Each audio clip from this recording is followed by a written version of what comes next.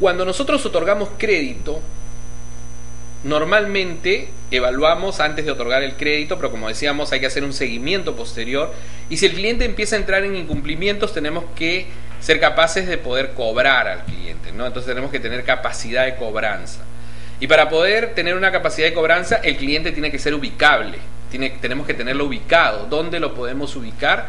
Cuando empiece a incumplir sus obligaciones, ¿no? Entonces en ese sentido es muy importante la ubicación domiciliaria y la ubicación laboral, ¿no? Y si esta ubicación es fija, es variable, hay personas que a veces, como el caso de los militares, los policías, pueden estar cambiando constantemente de domicilio porque los destacan a diferentes lugares, entonces ahí hay que hacer una evaluación específica cuando existen ubicaciones domiciliarias o laborales variables, ¿no?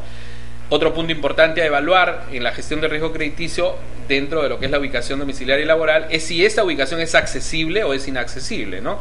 Existen muchas veces lugares inaccesibles y recordemos que cuando nosotros estamos viendo la ubicación domiciliaria del cliente es para poder ir a hacer una gestión de cobranza, ¿no? Entonces si un gestor de cobranza, un cobrador no va a poder llegar a ese lugar, vamos a tener un mayor riesgo de no recuperación en la medida de que se nos va a hacer más dificultoso poder hacer la cobranza o la gestión de cobranza con este cliente. Y finalmente, otro punto a tomar en cuenta viene a ser el perfil del trabajador, ¿no? O sea, si este trabajador es un trabajador dependiente, o sea, que tiene un trabajo en una empresa, que es su empleador que le paga su sueldo, o si es independiente, y si es independiente profesional, ¿no? Como hay muchos profesionales como médicos, abogados que trabajan independientemente, o independiente empresario. Entonces, todos estos son elementos que dentro de lo que es la gestión de riesgo crediticio tenemos que evaluar para verificar. Acordémonos que hace un momento decíamos de que elementos a tener en cuenta dentro de la gestión de riesgo crediticio van a estar dados por qué tan probable es que el cliente caiga en default, ¿no? O sea, qué tan probable es que el cliente deje de pagar, incumpla sus obligaciones. Entonces, mirando estos aspectos vamos a ver probabilidades, y también hablábamos de hacer un rating, ¿no? Entonces seguramente que el cliente que tiene un trabajo dependiente va a tener una mayor posibilidad de recupero que el que es independiente, o el que tiene un ingreso fijo va a tener una mayor capacidad de recupero que el que tiene un ingreso variable, y así por el estilo vamos a ir midiendo estos elementos para ver a qué tanto riesgo nos estamos exponiendo.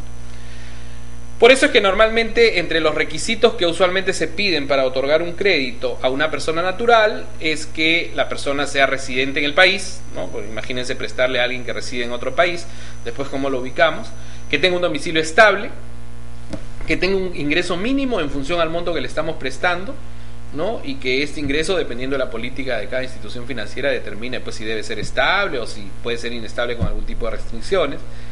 También se exige una edad mínima y una edad máxima, esto por un tema que también tiene que ver con el riesgo crediticio, en el sentido de que pudiera darse que personas de menores edades pudieran no tener la misma responsabilidad, aunque esto es un elemento, como sabemos, son elementos que se consideran, que no necesariamente se pueden dar, pero que mayormente existe cierta tendencia de las personas en cuanto a edades, género, etcétera, etcétera, ¿no? Entonces, en cuanto a la edad mínima, se hace más que nada por el tema de la responsabilidad, y en cuanto a la edad máxima, va a estar más dado por la cobertura de los seguros, ¿no? O sea, cuando nosotros otorgamos un crédito a una persona natural, generalmente tiene que estar cubierto por lo que se conoce como un seguro de desgravamen, ¿no? Un seguro de desgravamen viene a ser un seguro que toma la institución financiera como cobertura en el caso que el cliente fallezca, ¿no? Entonces, si el cliente fallece, la compañía de seguros cancela el saldo de la deuda a la institución financiera, y mientras mayor edad tenga una persona, las compañías de seguro van a poner más restricciones para otorgar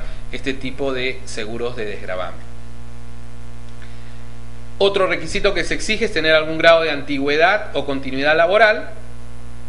Revisar el historial crediticio, porque decíamos que hay dos elementos que evaluamos, ¿no? Evaluamos la capacidad de pago, y para eso vamos a ver dónde trabaja, cuánto gana, etcétera, etcétera. Y la otra es la actitud de pago, donde lo que nos interesa verificar es el historial crediticio del cliente, ¿no? Que ahora se puede obtener a través de las centrales de riesgo, tanto de la propia superintendencia como algunas centrales particulares que nos brindan información sobre el comportamiento crediticio de las personas y de las empresas también, ¿no? Además, toda persona que tiene créditos en el sistema financiero tiene una clasificación de deudor ¿no? O sea que va desde normal, con problemas potenciales, deficiente, dudoso o pérdida, y estas clasificaciones van a ser dadas por las instituciones financieras con las que tiene créditos en la medida del cumplimiento de sus obligaciones que va teniendo este cliente, ¿no? Entonces esa también es una seña que nos va a decir cuando un cliente es un buen pagador o no. Punto importante también a evaluar es el patrimonio que pudiera tener la persona, ¿no? En la medida de que, si bien es cierto, no necesariamente nos esté dejando una garantía, pero ese patrimonio nos puede servir como un respaldo para, en caso que el cliente incumpla, podamos iniciar alguna acción judicial para poder embargar bienes que pudieran servir como respaldo para el pago de sus obligaciones, ¿no? Y finalmente, un punto no menos importante de evaluar es la clasificación del empleador, ¿no? Porque en la medida que el empleador sea más inestable, va a haber un mayor riesgo de que el cliente deje de trabajar, que pierda su trabajo y, como consecuencia de ello, que deje de pagar sus obligaciones crediticias.